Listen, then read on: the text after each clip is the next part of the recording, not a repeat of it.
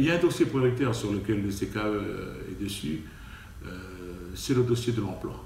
C'est le dossier de l'emploi, et notamment de l'accès des Kanaks au poste à responsabilité. Une des causes des événements, c'était aussi la non-prise en compte des Kanaks dans le monde du travail. Je le disais tout à l'heure.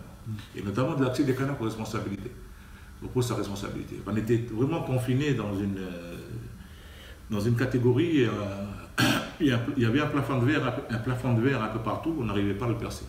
Et justement, les accords de Matignon, dans sa partie mesure de décolonisation, ont acté cette impérieuse nécessité de faire accéder les Kanaks au poste de responsabilité. C'est ce qu'on appelle les mesures de rééquilibrage.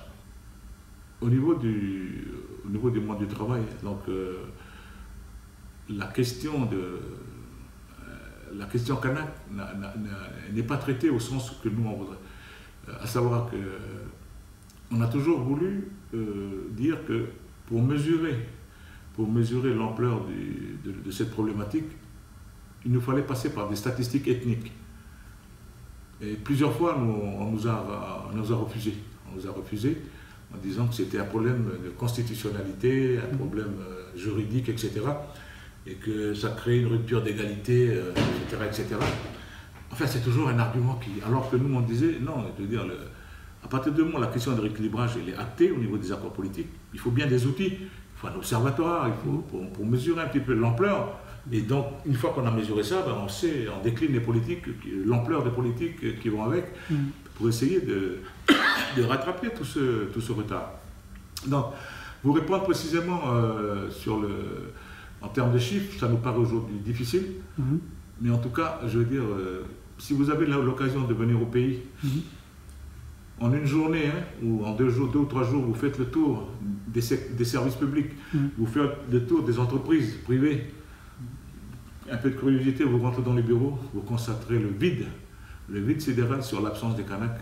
Bon, il y a des dispositifs qui ont été mis en place avec l'État, notamment avec le dispositif Cadre Avenir, Cadre Avenir, donc qui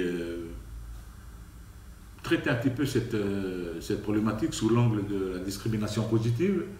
Effectivement, il y a un pourcentage de Kanaks qui est majoritaire. Dans chaque promotion qui part pour faire des études, à partir des filières qui sont reconnues prioritaires pour le pays a besoin, on dégage toujours d'une fourchette entre 70 et 75% de Kanaks, de candidatures Kanaks, et les 25% ou les 30% sont réservés aux autres. Mais vu le retard accumulé, voilà, c'est insuffisant. Cette année, on vient de sortir simplement le premier avocat kanak, après 163 ans de présence française en Calédonie. Devient que ce chiffre-là, ça vous donne déjà. Les docteurs kanak, on les compte, ça ne dépasse pas les 5 doigts de la main. Donc alors les autres métiers, les chirurgiens, etc., il n'y en a pas. Il n'y en a pas. Avocat, je vous dis, le jeune Diassé, on connaît le jeune qui vient de réussir son concours magistral d'avocat.